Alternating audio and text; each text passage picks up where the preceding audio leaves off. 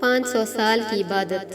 بنی اسرائیل میں ایک بہت ہی عابد شخص تھا جس نے اپنے بیوی بچوں کو چھوڑ کر رہبانیت اختیار کر لی اور سمندر میں ایک چٹان پر چھپر بنا کر اللہ کی عبادت میں مصروف ہو گیا۔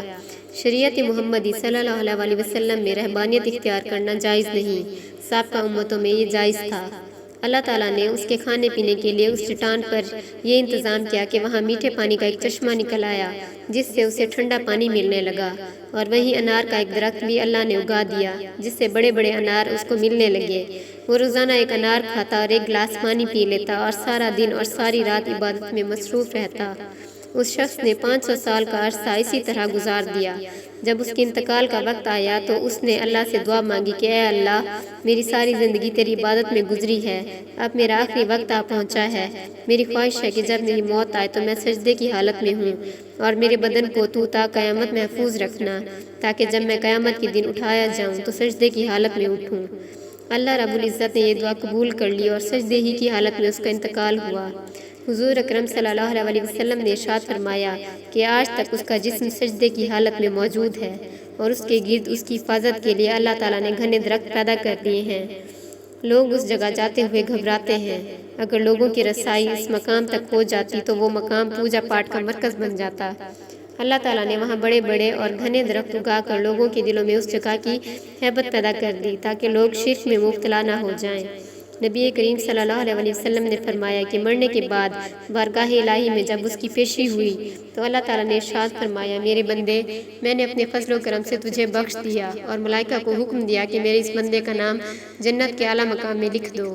اس عابد کے دل میں خیال پیدا ہوا کہ میں نے 500 سال تک عبادت کی، بیوی بچوں کو چھوڑ دیا اور ساری دنیا سے بے نیاز ہو کر سمندر کی چٹان پر بیٹھ کر عبادت میں مصروف رہا، اور آج اللہ تعالیٰ فرماتے ہیں کہ میں نے تجھے اپنے فضل سے بخش دیا، تو میری وہ عبادت کہاں گئی؟ کم از کم میری دل جوئی کے لیے ہی کہہ دیتے کہ تیری نمازوں، تیرے روزوں اور تیرے ذکر و فکر کی بدولت تجھے بخش دیا، بلکہ اس قدر عبادت اور ریاضت کے باوجود کہا جا رہا ہے کہ ہم نے اپنے فضل سے تجھے بخش دیا، گویا میری ساری عبادت بیکار گئی۔ اللہ رب العزت جو دلوں میں پیدا ہونے والے خیالات کو بھی جانتا ہے، اس نے فرشتوں کو حکم دیا کہ بجائے جنت کی طرف لے جانے کے اسے جہنم کی طرف لے جاؤ، لیکن اسے جہنم میں داخل مت کرو بلکہ جہنم سے 500 میل کے فاصلے پر رکھو، جہاں پر اس کو جہنم کی آگ کی تپش شدت محسوس ہو۔ فرشتوں نے حکم کی تعمیل کرتے ہوئے اسے وہاں پہنچا دیا۔ ایک دم جو اسے جہنم کی تپش محسوس ہوئی تو بلبلا اٹھا اور پیاس پیاس پکارنا شروع کر دیا۔ جہنم سے اتنی دوری کے باوجود اسے ایسی پیاس لگی کہ پورا جسم خشک کانٹا بن گیا۔ اسی اثناء میں ایک ہاتھ نمودار ہوا جس میں ٹھنڈے پانی کا ایک کٹورا تھا۔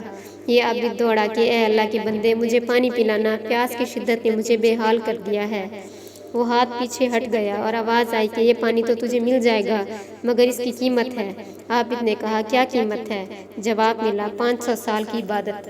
عابد نے کہا کہ پھر مجھے پانی پلا دو، میرے پاس 500 سال کی عبادت ہے اور بڑی خالص عبادت ہے، اس میں کسی قسم کا نفاق شامل نہیں، اور اپنی عبادت دے کر ایک کٹورا پانی حاصل کر لیا۔ جب پینے کے بعد کچھ جان میں جان آئی تو اللہ رب العزت نے فرشتوں سے کہا، اس کو واپس لاؤ۔ فرشتوں نے اسے پھر اللہ کے دربار میں پیش کر دیا۔ اللہ رب العزت نے فرمایا، اے میرے بندے، اب 500 سال کی عبادت تو نے پانی کے ایک کٹورے کے بدلے میں دے دی، لیکن دنیا میں تو 500 سال تک جو چشمے کا ٹھنڈا پانی پیتا رہا اس کا حساب دے۔ سمندر کی چٹان پر میں نے تیرے لیے انار کا جو درخت لگا دیا تھا اور تو 500 سال تک اس کا پھل کھاتا رہا، اس کا حساب دے۔ تو نے دنیا میں میری پیدا کردہ ہوا کی جتنے سانس لیے ان کا حساب دے، ان کے بدلے میں تیرے پاس کتنی عبادت ہے۔ ہم نے تجھے صحت دی، دیکھنے کو آنکھیں دی، سننے کو کان دیے، بولنے کو زبان دی، اس کے علاوہ ان گنت نعمتیں میں تجھے عطا کی۔ ان تمام نعمتوں کے بدلے میں کتنی نمازیں، کتنے روزے، کتنے نوافل لے کر آیا ہے۔ تو نے 500 سال تک اگر عبادت کی ہے تو اس عبادت کے لیے میں نے ہی تجھے طاقت و ہمت عطا کی تھی، اس طاقت کے بدلے میں کتنی عبادت تیرے پاس ہے۔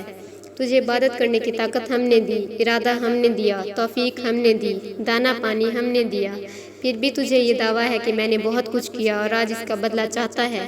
تو نے جو کچھ کیا وہ سب تو ہماری مہربانی سے کیا، بتا تو نے اپنی طرف سے کیا کیا، اگر کچھ ہے تو پیش کر۔ یہ سن کر عابد لرز گیا اور بارگاہ الہی میں عرض کیا، یا اللہ، بے شک نجات آپ کے فضل سے ہوتی ہے، کسی کے عمل سے نہیں ہوتی۔ عمل کی تو یہ قدر و قیمت ہے، 500 سال کی عبادت کرے اور بس ایک کٹورا پانی پی لے۔ اس واقعے میں یہ نصیحت پوشیدہ ہے کہ انسان کو اپنی عبادت اور ریاضت پر مغرور نہیں ہونا چاہیے۔